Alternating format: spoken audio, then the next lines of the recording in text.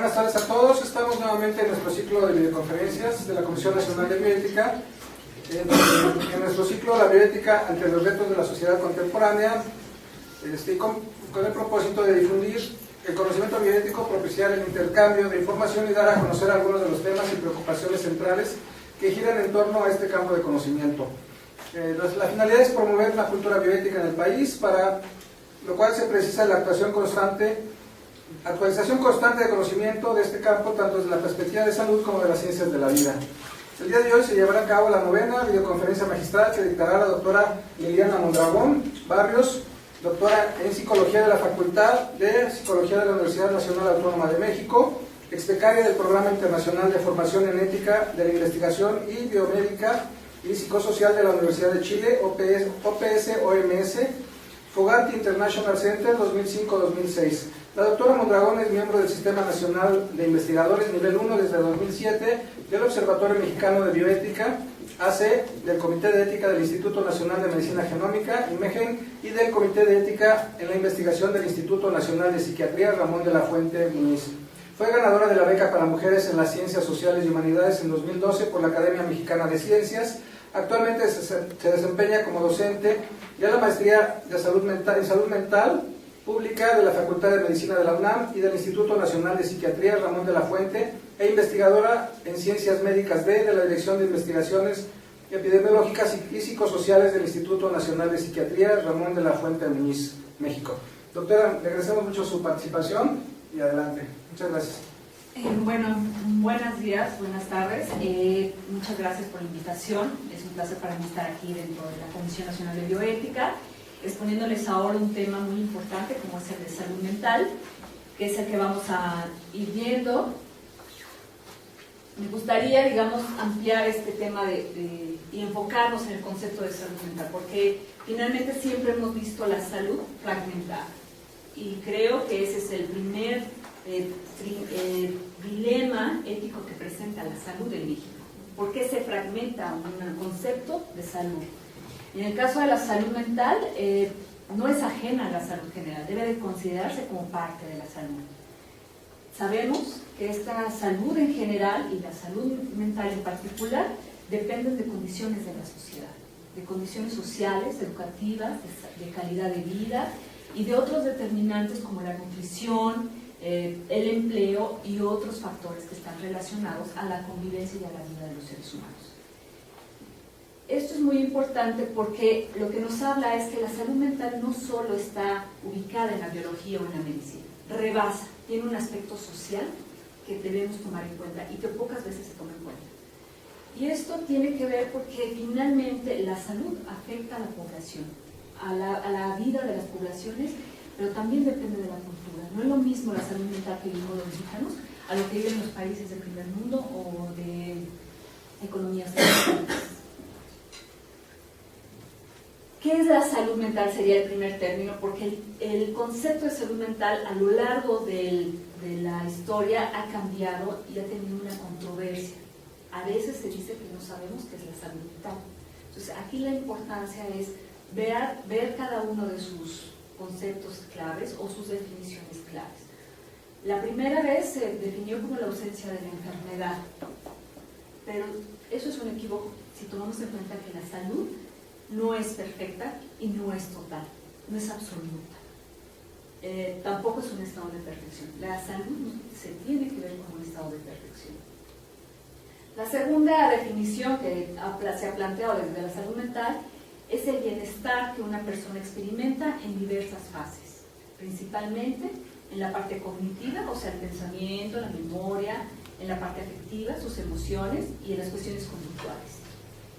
Esto en realidad parece más que una definición de salud mental, un ideal de lo que es la salud mental. Y creo que poca gente cumpliríamos con esa expectativa de bienestar en todas esas áreas. Esto nos lleva a entender que la salud es un equilibrio constante y cambiante. Y esto tiene que ver con una relación con su enfermedad. O sea, no están separadas. Habría que entender entonces que la condición humana lleva a la salud, a la enfermedad y a considerar también la muerte. ¿Qué pasaría si no nos enfermáramos? ¿O qué pasaría si la gente no muriera? Ese es, digamos, el punto que plantea la salud mental o la divergencia que se plantea en el concepto de salud mental. Yo retomo esta definición, que es básica, que es la plasibilidad de los estados mentales, o al menos, dice Fernando Lola, las manifestaciones del psiquismo de los individuos.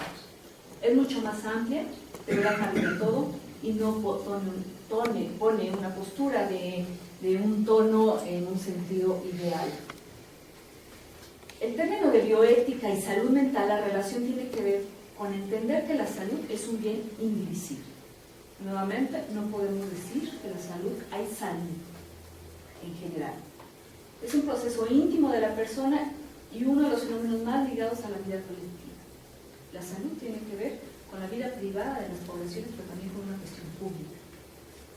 Y sabemos que la salud en general tiene un doble valor moral. Uno, que tiene que ver con la parte intrínseca, es decir, la presencia, limitación o ausencia de las capacidades vitales.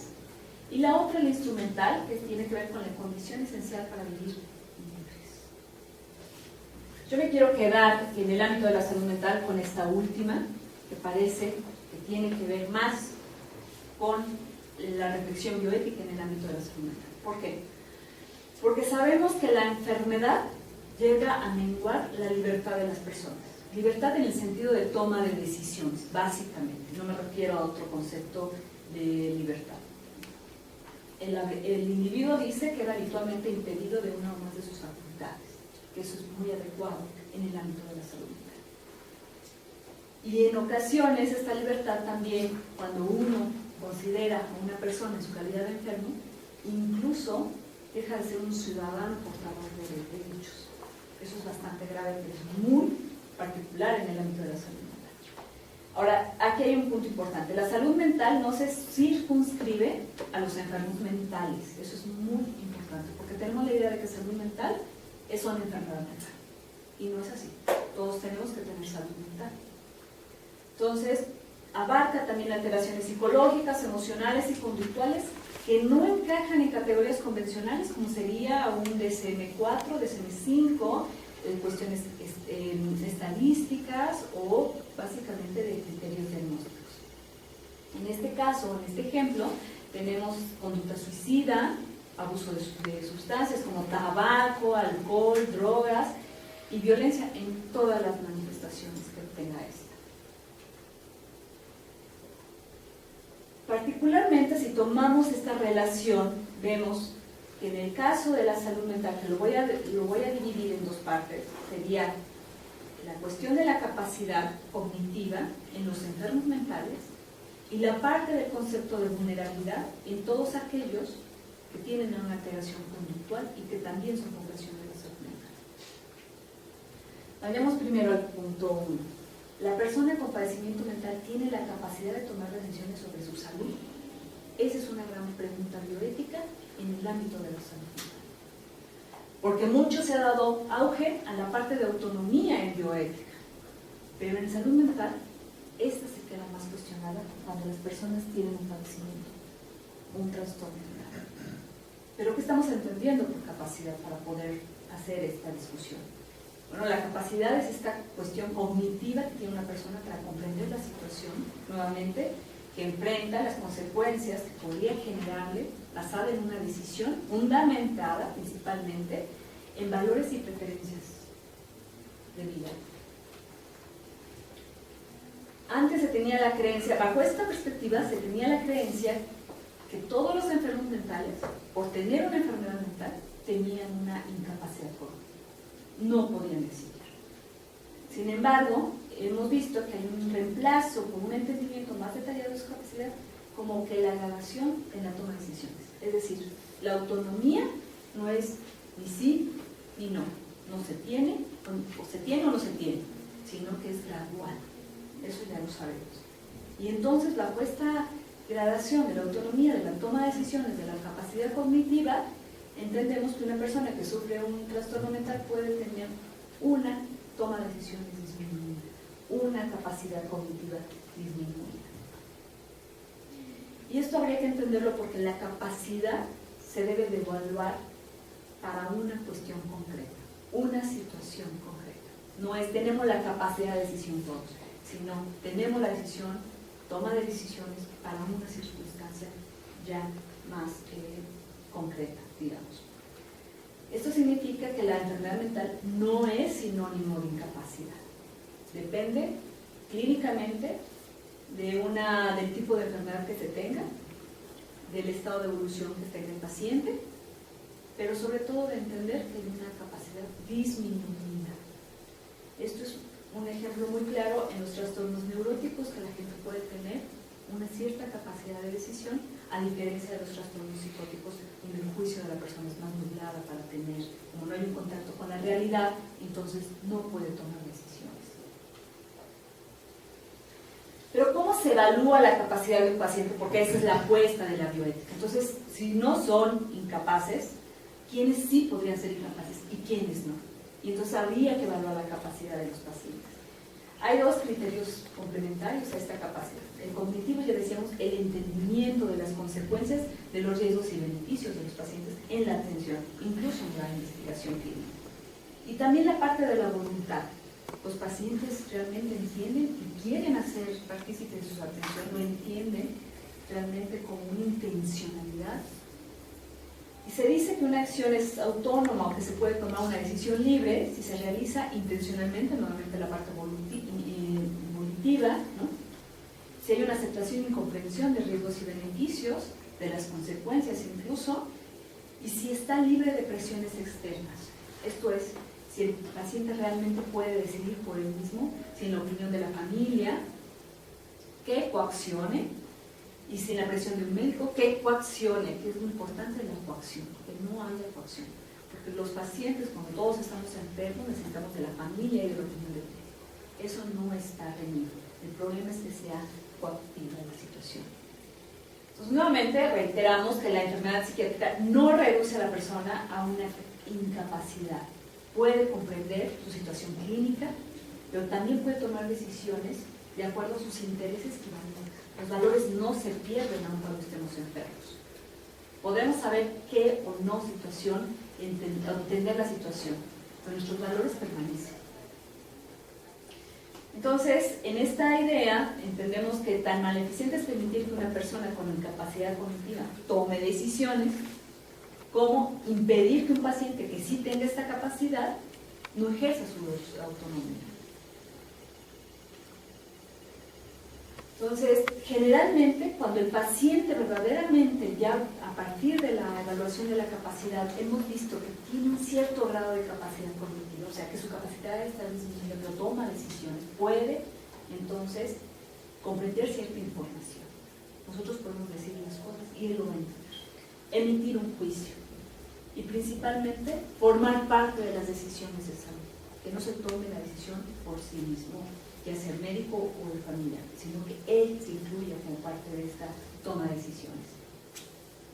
Y entonces sí, bajo esta idea de grado de capacidad cognitiva disminuida, habría que aplicar el asentimiento informado, no el consentimiento. Porque si aplicamos un consentimiento, ya sea en atención o en investigación, es una falta ética, por lo mismo que decíamos anteriormente, ¿no? De tomar una decisión cuando realmente no está entendiendo cuáles son exactamente los riesgos y los beneficios. Pero sí un asentimiento, y también tendríamos que aplicar, tanto en atención nuevamente como en investigación, el consentimiento informado del tutor, representante legal, familiar, cuidador o quien esté a cargo del paciente. Pero si se toma una decisión, ya sea el médico o el familiar, un representante legal o esta figura, ¿cómo se debe tomar una decisión? Eso es muy importante, porque parece sencillo decir que se tomen decisiones por los pacientes, pero ¿qué decisión? ¿Cómo hacerlo? Primero tendríamos que entender que no se puede decidir de acuerdo al que está tomando la decisión, sino más bien las decisiones tienen que basarse en los deseos del paciente, en sus valores y creencias, pero sobre todo basarse en los mejores intereses que el paciente pudiera tener. Recordemos que los riesgos, beneficios, tanto de una investigación clínica como de la atención clínica, van para el paciente y no para la persona que decide. Eso es muy importante. Y aquí la idea es reconstruir la voluntad del paciente. También es por eso muy importante saber quién es la persona que debe tomar las decisiones de los pacientes. Los médicos creemos que no, porque a veces apenas conocen al paciente.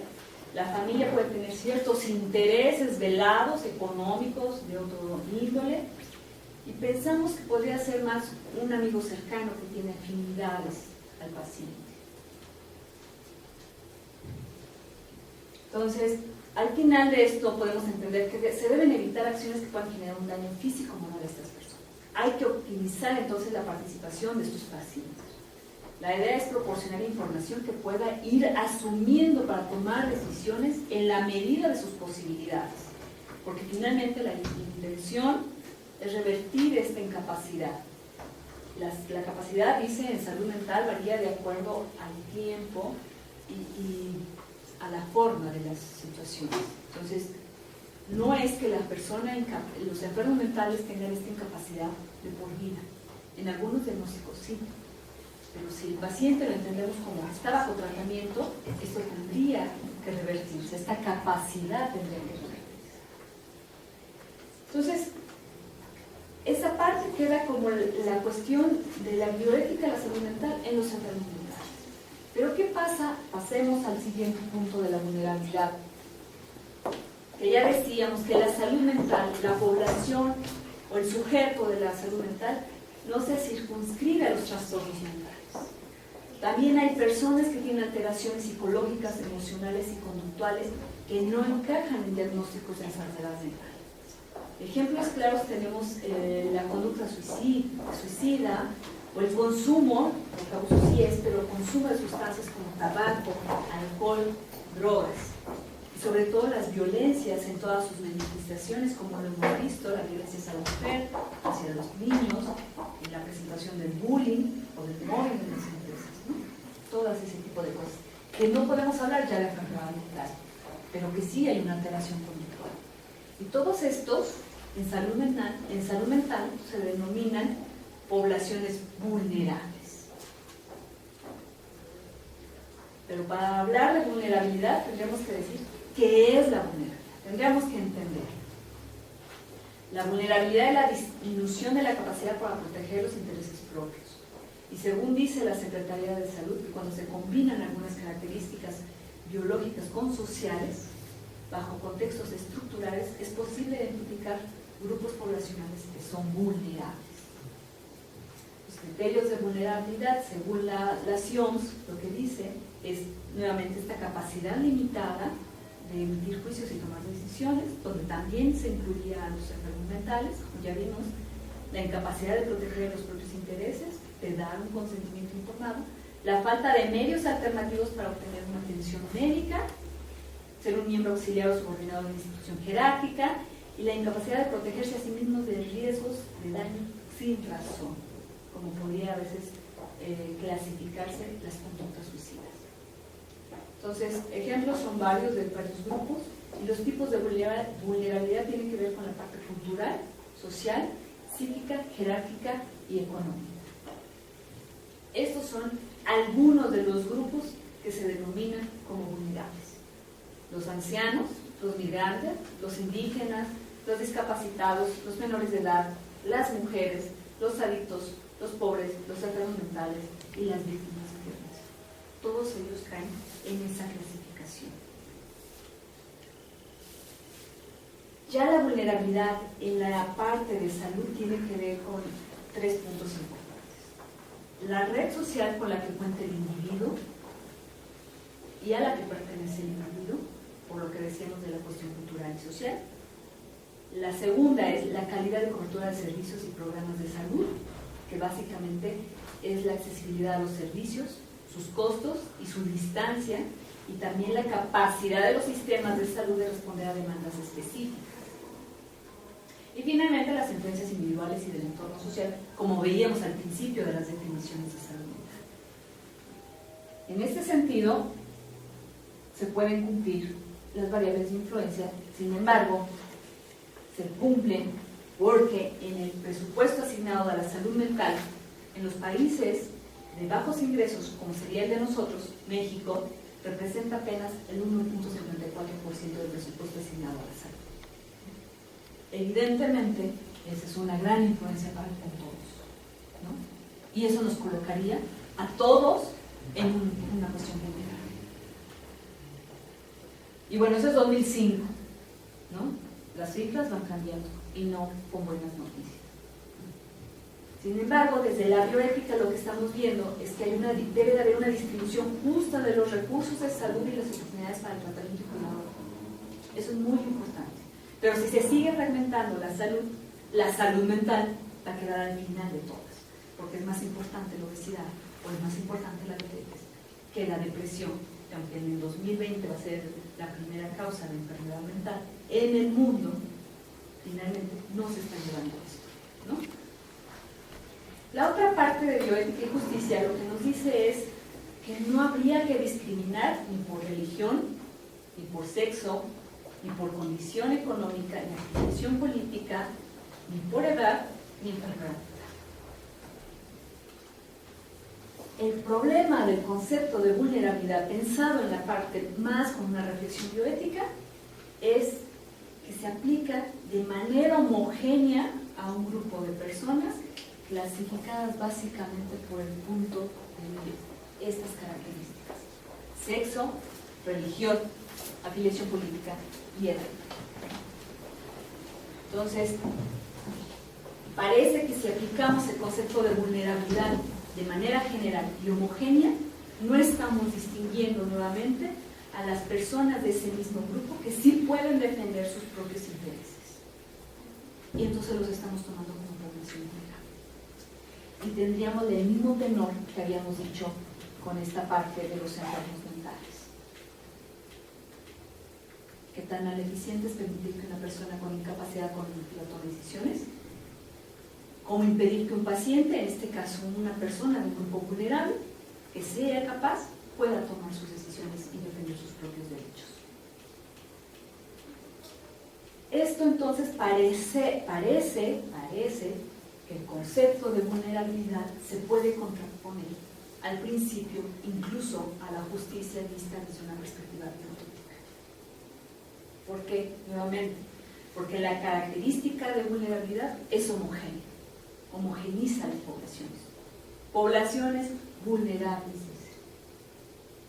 o en condición de vulnerabilidad, es algo más correcto. También plantea una condición permanente, como en los enfermos mentales. Todos los enfermos mentales tienen incapacidad. Y aquí parece que todas las poblaciones vulnerables van a seguir como vulnerables siempre. Y la otra es que no hay una cuestión de cambiar esta condición de vulnerabilidad, sino que se continúa. Aquí es muy importante hacer un señalamiento.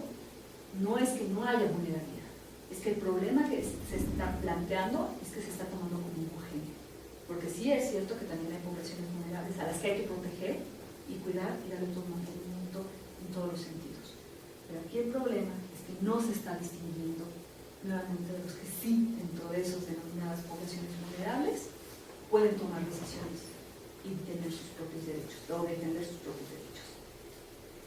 Y esto parece contraponerse con la parte de justicia, en el sentido que la justicia nos dice principalmente que hay que reducir las inequidades, lograr un acceso de salud más igualitario y evitar desigualdades injustas.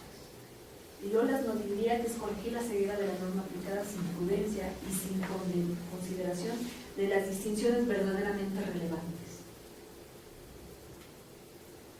Entonces, lo que nos queda por pensar es si esta idea, esta vulnerabilidad, este concepto, parece un innecesario paternalismo con quienes no son vulnerables y pertenecen a un grupo.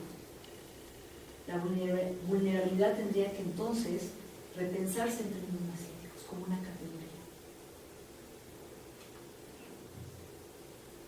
Bajo estas ideas, nos preguntamos cuáles son los desafíos bioéticos en el ámbito de la salud mental. Les advierto que todavía no tenemos las respuestas, tenemos los problemas y que para eso iremos caminando poco a poco. Primero, el reconocimiento de la autonomía disminuida de las personas con un padecimiento mental.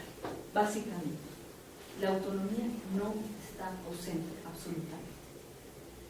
El respeto por los principios y valores del proyecto de vida de estas personas, que sí lo tienen, proteger sus mejores intereses y la aplicación adecuada de los requisitos éticos en la práctica clínica y en la investigación, como sería nuevamente el asentimiento informado de los pacientes y el consentimiento informado de los apoderados. Actualmente se aplica el consentimiento informado a todos. Ahí sí no se discrimina. Y eso es una falta de ética realmente, aunque sea paradójico. Nuevamente, en el campo de la salud mental es muy importante quitar el estigma que prevalece en ese ámbito. Es lo básico y lo principal. Pero sabemos que hay eso se sigue reproduciendo socialmente, en el discurso social, por estas actitudes irracionales hacia los enfermos mentales. Porque finalmente se califica como incapaz a todo aquel que tiene un sistema de valores distinto del propio, distinto de lo que es general.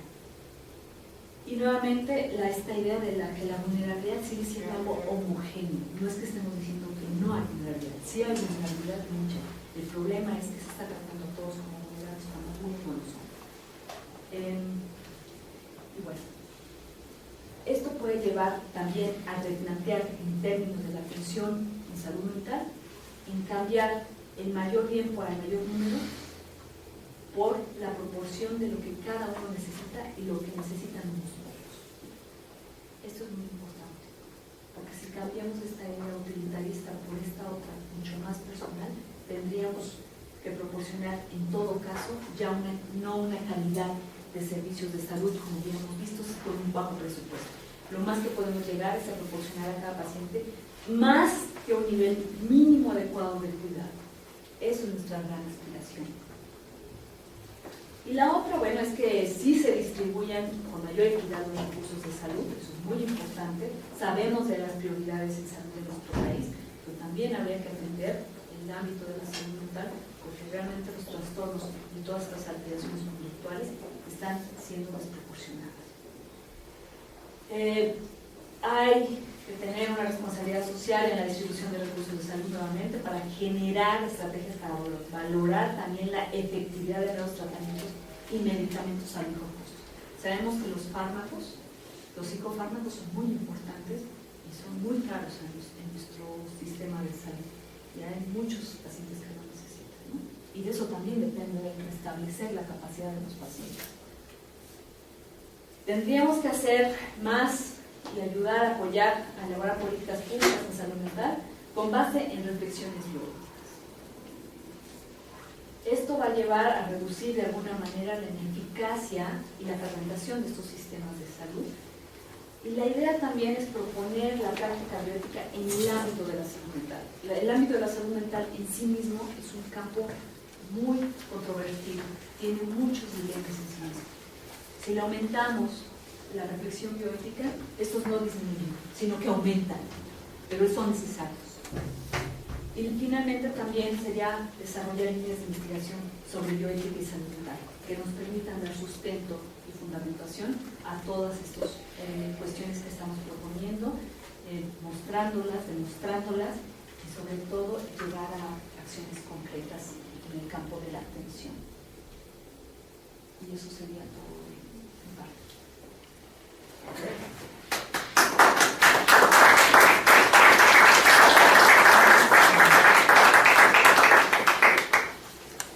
Bueno, no sé, ¿hay alguna pregunta del auditorio? Sí. Cuando hablabas de los dilemas bioéticos, no sé, tú que ya has estado en el campo, ¿qué tanto se plantea, por ejemplo, el problema no de los costos de la medicalización y estas cuestiones, sino la extrema medicalización, por ejemplo, o no sé, algunas corrientes que le llaman efectividad o no de estos tratamientos, ¿no? Porque también hay un discurso pues que habla de que no es la medicalización ni la única ni la mejor solución, sino que a veces se basa pues en otras cuestiones como económicas, ¿no? Y más monetarias respecto al tratamiento de los pacientes. Entonces, ¿qué tanto entra en el debate bioético, porque no lo referías, esta cuestión de ver pues al sujeto nada más como alguien que debe curarse a través de un medicamento y no con otro tipo de perspectiva? Sí, hay un fuerte cuestionamiento, no todavía en el ámbito de la bioética, no una reflexión bioética, porque esto es realmente lo que apenas se está aproximando. La bioética ha olvidado mucho al campo de la salud mental, ¿no? Está muy olvidado, bueno, no olvidado, yo más bien diría que apenas está incursionando en él. Y por eso vamos poco a poco. Pero también hay otra corriente dentro de la misma salud mental, que se reflexiona esta cuestión de los psicofármacos, de qué tanto es un beneficio para los pacientes, ¿no?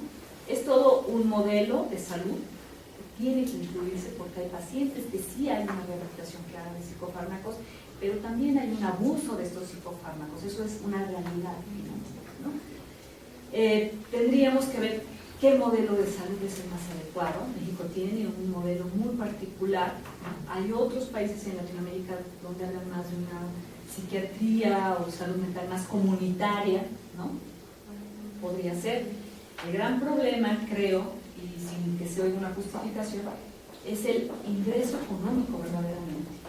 Eso se está restringiendo muchísimo, porque entonces da cabida a que toda una empresa o industria farmacéutica tenga mayor poderío en la parte económica. Y entonces lo que hace salud mental es conjuntar esfuerzos. Pero en esos esfuerzos, pues evidentemente hay un gran esfuerzo de las industrias farmacéuticas por prevalecer en el campo, ¿no? Y eso es algo que es evidente. Y eso habría que retomarse como desde el campo de la bioética. ¿Qué pasa?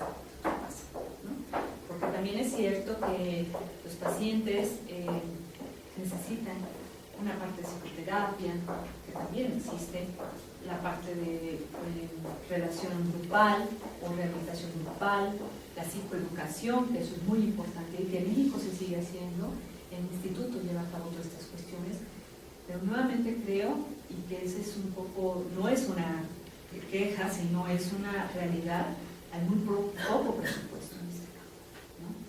Y sobre eso no podemos hacer mucho. Y creo que la reflexión es que sí se puede hacer bajo esta realidad, pero ya con otra reflexión, ¿no? Porque finalmente desde la parte de salud mental, desde la psiquiatría, la psicología, hay toda una serie de cuestionamientos y argumentos que te llevan a decir sí a la medicalización, sí a la oferta de las industrias farmacéuticas, sí a todo esto. Pero ¿cuál es el efecto? ¿O cuáles los dilemas que se presentan en esto? Aún no lo conocemos del todo, ¿no? Necesitamos irlos estudiando y trabajando. Entonces, básicamente esa sería la respuesta. Muchas gracias, doctora. Doctor, adelante. Sí, doctora, bueno, el recorrido que hace usted en detectar los problemas, primero la falta de conciencia de la salud como un todo, esto nos implica como médicos a reflexionar importantemente. Y después en su plática usted hace todavía un énfasis en algunas cosas que, si bien cuando estamos un poco enterados de lo que es la bioética, lo tratamos como temas compactos, ¿no? La autonomía, ¿no? Por ejemplo. Y vemos que efectivamente habría que ver desde lo sutil del acercamiento al ser humano a través del proceso mental. Vemos que no se puede hablar en términos de absolutos, sino de gradaciones de toma de conciencia y de la participación social, ¿no? Pero siempre hablamos también, y por ahí va la pregunta más, recuerdo un pedacito de un filósofo y pedagogo que se llama Fulat, que dice que cuando inició esto, la vida en la naturaleza, la física estaba, pero un pedazo de la física se dio cuenta que era física. Entonces él plantea como que el nacimiento de la conciencia, ¿no? Y a partir del nacimiento de la conciencia nace también la autonomía. Y la autonomía para mí, como un principio muy importante, los grandes bibliotecistas siempre no dejan de tomarlo en cuenta. En la práctica tiene que ver con la relación médico-paciente en un doble sentido. En el sentido de yo te considero, pero en el sentido de que tú también me estás considerando. En ese no digo choque, pero esa forma de comunicación que requiere del otro, porque si no, no tiene significado.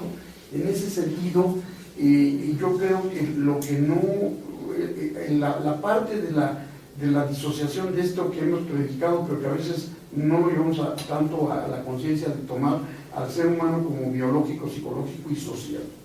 Esa parte psicológica, como que no la entendemos en función de las otras dos, y a veces lo dejamos como el diagnóstico diferencial, que si no fue social o no fue orgánico, pues entonces debe de ser psicológico, ¿no? ¿Y por qué no entramos de lleno a una mirada integral al ir explorando al paciente? Y entonces las funciones cerebrales superiores, y algunas de ellas como el juicio crítico, etcétera, creo que son muy importantes de que se capturen desde la esencia en el trabajo de los médicos en el primer nivel de atención, para después ir escalando, ¿no? Entonces, los problemas que usted ahora nos propone, yo veo que nacen de la sutileza del trabajo del psiquiatra, del psicólogo, del especialista en los aspectos de salud mental, viendo que no puede ser tajante con sus diagnósticos en el sentido de esa etiqueta, el mismo concepto como usted lo vierte a la vulnerabilidad, exacto, yo veo que es el mismo mecanismo. O sea, no se puede hablar en esos términos, y menos en lo mental, porque entonces, y como usted dijo, esto plantea más problemas que soluciones, porque ahora resulta que todos seríamos vulnerables de alguna u otra manera, o bien en lo social o bien en lo psicológico, y el que estaría realmente muy vulnerable es el que tuviera la incapacidad de funcionar en estos tres ámbitos, ¿no? Pero bueno, el psicológico es muy importante porque ese anula a todos, anula a todos, y entonces yo creo que esta reflexión que usted hace nos deja ver muy claro que estamos, quizá como Pinel, dándonos cuenta de que el ser humano que está adolorido, que está lastimado en su conciencia, requiere de una visión con plena autonomía y plena conciencia y voluntad de verlo como un igual. Y en ese sentido, la autonomía que le falta no es que se la demos, pero es la que podríamos en un momento dado recuperar. Y yo, ligándolo a lo que dice la doctora, yo pienso que ahora la psiquiatría cuenta con importantes fármacos que son capaces de sacar del hospital a los pacientes y hacerlos funcionales. A un alto costo, porque hoy no hay medicina muy barata todavía, pero creo que por allá va, ¿no? Y siempre el problema de la autonomía, como usted lo plantea, pues es una de las grandes metas del médico, pero qué importante que ustedes nos lo planteen a nosotros que estamos metidos un poquito en esta cuestión de la bioética y nos hagan reflexionar de que no podemos tratar ni siquiera los principios como absolutos, sino bien relativizados en función de la relación humana viva, ¿no? Claro.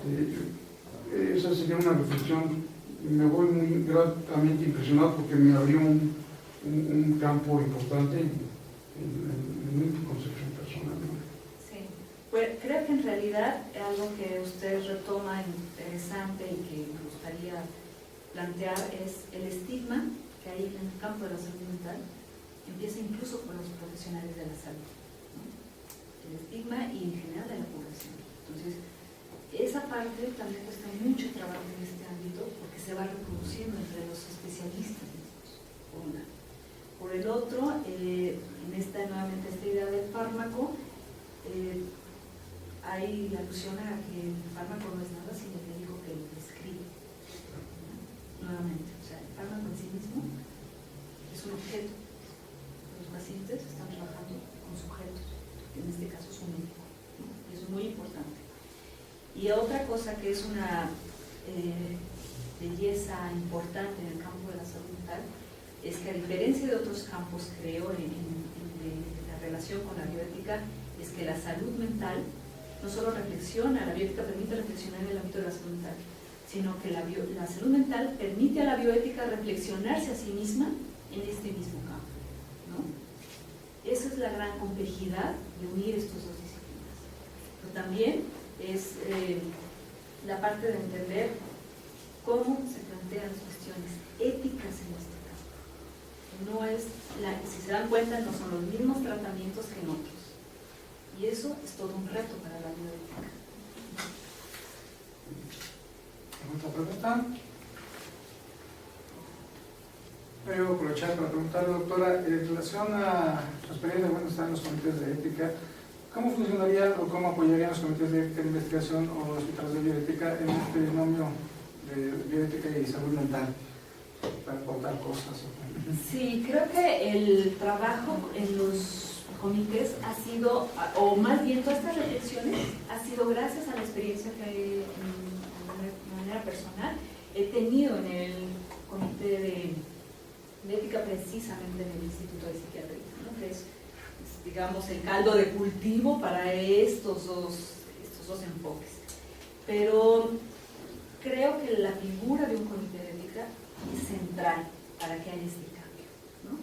Porque tiene una función de capacitación con los profesionales de la salud y con la comunidad científica que se dedica a investigación clínica. Eso es muy importante.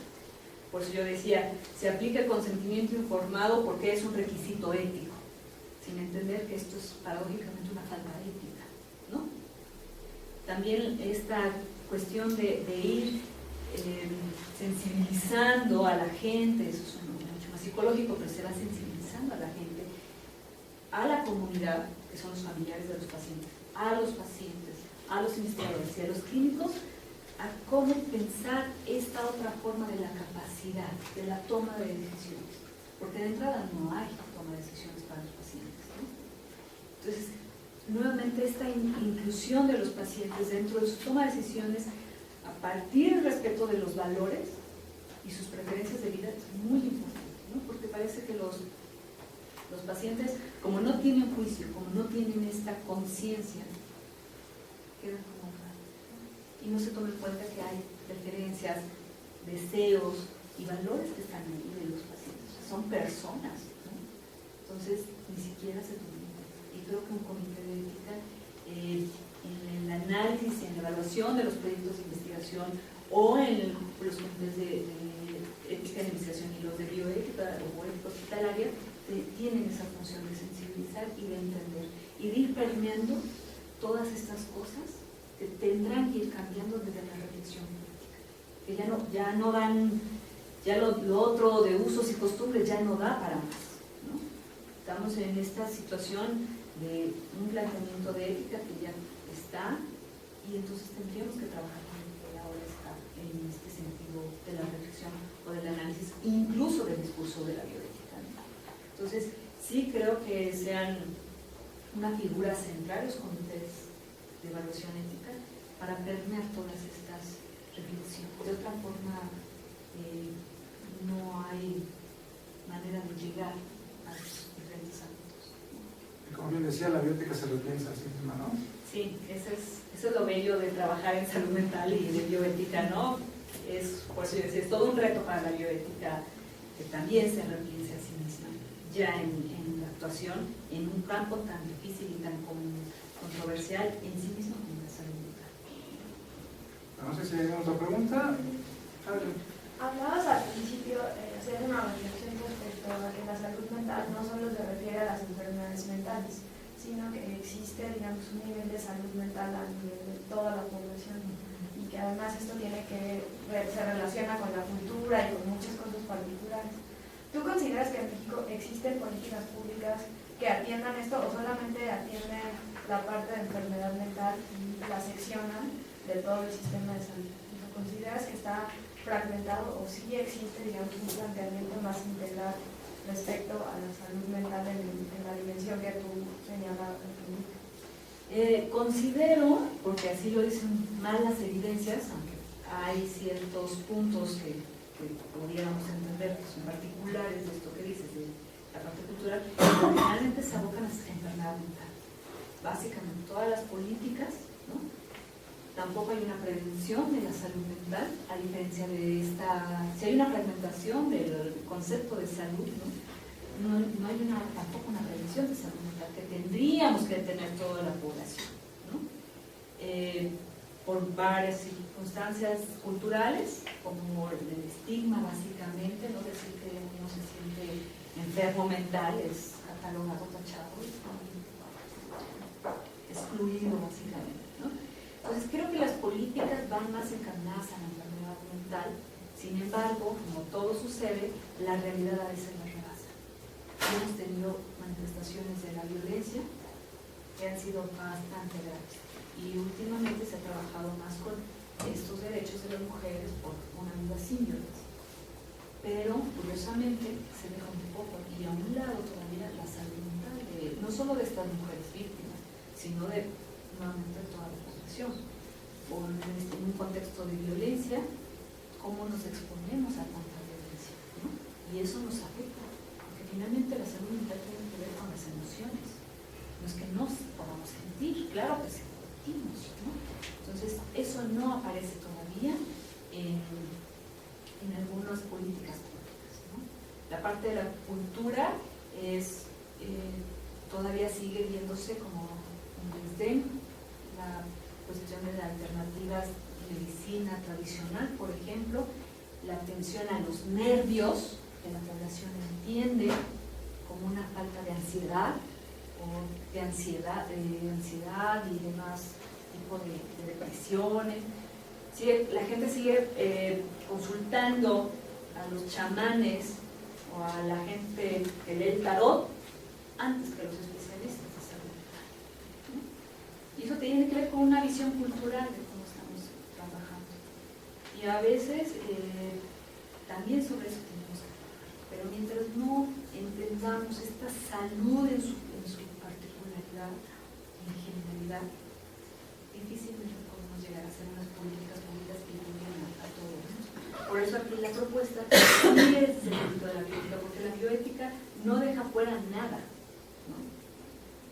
Puede tener una reflexión económica, puede tener una reflexión cultural, puede tener una reflexión social, entonces lo puedes abarcar desde distintos ámbitos. Y creo que la salud es lo que necesita, ¿no? Por eso yo les decía al principio, no es que la haya olvidado, pero apenas está introduciéndose el campo de la bioética en la salud mental o viceversa, como quieran ver, ¿no? Entonces, sí, creo que falta por esta fragmentación que ha llevado a tener a presentar todos estos dilemas. Doctora, pues nuestro reconocimiento en nombre del doctor Manuel Uribe Chávez, presidente de la Comisión Nacional de Bioética. Muchísimas gracias por su participación. Bueno, les invitamos a los demás que nos siguen a nuestra próxima conferencia que se llevará a cabo el 25 de julio con el tema Bioética, Bioarte y Bioartefactos, que impartirá el doctor Jorge Linares Salgado, director del Programa Universitario de Bioética de la Universidad Nacional Autónoma de México. Por su atención, muchas gracias.